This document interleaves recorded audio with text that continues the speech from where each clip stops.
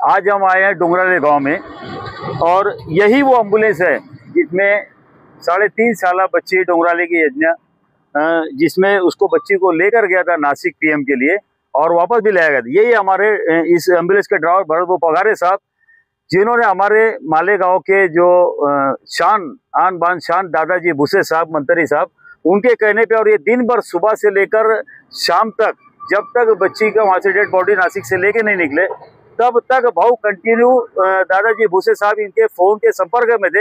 हम इनसे जानना चाहेंगे कि दादा भूसे साहब इस काम के ऊपर में कितनी नजर रखे हुए हैं और उनका क्या कहना है, बताइए भरत जी। अभी तज्ञ के विषय में अगर बात करेंगे ना, हाँ, तो वो तो कह ही नहीं सकते। वो मेरा फीलिंग अलग है। हाँ। बात उठ रही है दादा वो के ऊपर बात उठ रही है। अभी छत्रपति संभाजीनगर के कोई तो पाटिल करके है, वो क्या नाम है उनका, रमेश पाटिल करके है। उन्होंने ऐसा डिबेट किया है कि दादा वो तुम क्या देख रहे हो, आप तक के क्या कर रहे हो। उस आदमी ने भैया 2:30 बजे से ये सब डोंगराले गांव के जितने भी प्रतिनिधि थे हमारे, उनके साथ में 2:30 बजे तक मीटिंग किया है मालेगांव के ऑफिस में। और वो कंटिन्यू मेरे साथ में फोन पे कनेक्ट थे कि तू लड़की के साथ में है नहीं है। फिर भी उनके ऊपर अगर सवाल उठता होगा तो वो साहब का वो बात एकदम गलत है। जो पाटिल है उनका ये बात करने का तरीका एकदम गलत है, क्योंकि साहब दादा भूसे साहब ऐसे, उनको राजनीति से लेना देना कुछ नहीं है। इंसानियत के लिए वो कुछ भी कर सकते हैं। इनके साथ इंसानियत ही एक चीज है दादा वो के साथ, कि वो इंसानियत के लिए ना वो हिंदू देखेगा ना मुस्लिम देखेगा, वो इंसान ऐसा है। और उसके ऊपर अगर सवाल उठता होगा तो ये सब चीज गलत है। मैं खुद था, मैंने मेरी बेटी को 12 घंटा नहीं 24 घंटा मेरे साथ में रखा है। तज्ञ को हमको सब फीलिंग है, साहेब को सब फीलिंग है। साहेब की जितने भी, अभी राजकारण की बात नहीं करेंगे अपन, लेकिन उनका फीलिंग राजकारण से लेना देना उनका कुछ ही नहीं है इस मामले में। फिर भी उनके ऊपर लोग ऐसे सवाल उठाते होंगे तो ये सब चीज गलत है। ये सब चीज नहीं होना चाहिए। पोलीस महिला अधिकाऱ्याच्या उपस्थितीत इन कॅमेरा या ठिकाणी करण्यात आलेला आहे। त्या बालिकेचं पार्थिव शव विच्छेदन त्या ठिकाणी नाशिकला 5 तज्ञ डॉक्टरांच्या उपस्थितीमध्ये त्या ठिकाणी करण्यात आलेला आहे। मला वाटतं की त्याचा प्राथमिक अहवाल मिळालेला आहे। 3 दिवसाची पोलीस कोठडी पहिल्या टप्प्यात मिळाली।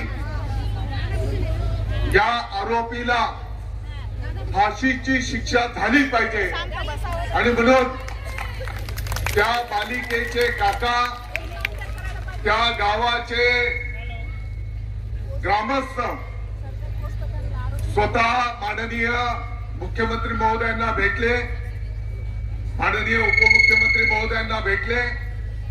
मुख्यमंत्री महोदयांच्याकडे फास्ट ट्रॅक कोर्ट मध्ये ही केस चालवली जावी। ज्येष्ठ विधी तज्ञ वकील महोदय त्या ठिकाणी ही केस चालवण्यासाठी देण्यात यावेत, अशा प्रकारची विनंती त्या बालिकेचे काका आणि त्या गावाच्या ग्रामस्थांनी प्रत्यक्ष माननीय मुख्यमंत्री महोदयांना भेटून त्या ठिकाणी केलेली आहे। मंगळवारीच माननीय मुख्यमंत्री महोदयांनी या गोष्टीला मान्यता दिलेली आहे फास्ट ट्रॅक कोर्टच्या माध्यमातून, आणि वरिष्ठ वकील देऊन लवकरात लवकर त्या आरोपीला फाशीची शिक्षा होईल अशा प्रकारचं आश्वासन माननीय मुख्यमंत्री महोदय उपमुख्यमंत्री महोदयांनी दिलेली आहे। हा विषय टाळ्या वाजवण्याच्या साठीचा नाही, फक्त मला एक गोष्ट जरा पाठीमागे, मला एक गोष्ट, पोलीस अधिकारी वरिष्ठ कोण आलेले आहेत का? साहेब, मला अपेक्षित होता की या ठिकाणी स्वतः एसपी साहेबांनी यायला पाहिजे होतं, परंतु होत नाही।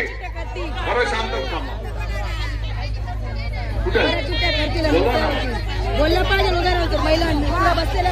आपल्या मालेगाव वकील संघाच्या माध्यमातून या केसच्या संदर्भामध्ये आरोपीची बाजू कोणीही मालेगावचा वकील घेणार नाही असा निर्णय त्या वकील संघाने केलेला आहे।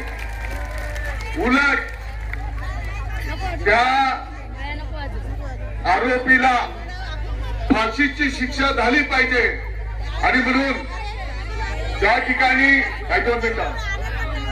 ठिकाणी सर्व वकील महोदय या ठिकाणी फिर्यादीच्या बाजूने कोर्टामध्ये त्या ठिकाणी उभे राहतील असा निर्णय आपल्या वकील संघाने केलेला आहे आणि निषेध मोर्चामध्ये सर्व वकील महोदय आज प्रत्यक्ष उपस्थित आहेत। फक्त मला एक गोष्ट पोलीस प्रशासनाच्या निदर्शनास आणून द्यायची आहे। सर्व मालेगावकरांच्या एक गोष्ट मला निदर्शनास आणून द्यायची आहे।